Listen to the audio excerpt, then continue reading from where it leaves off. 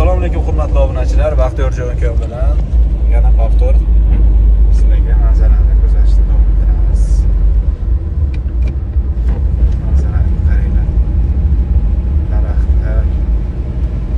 Yana bir 10 kunlardan keyin bundan ham chiroyli bo'lib ketadi. Hamma joy yashil bo'ladi, daraxtlar gullarga burkanadi o'sha.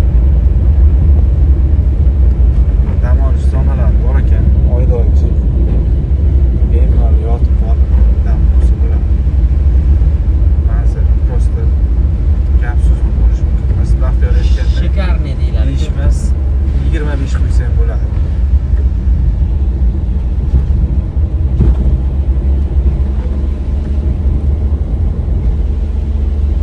Atrofda xullas tog' o'rab olgan.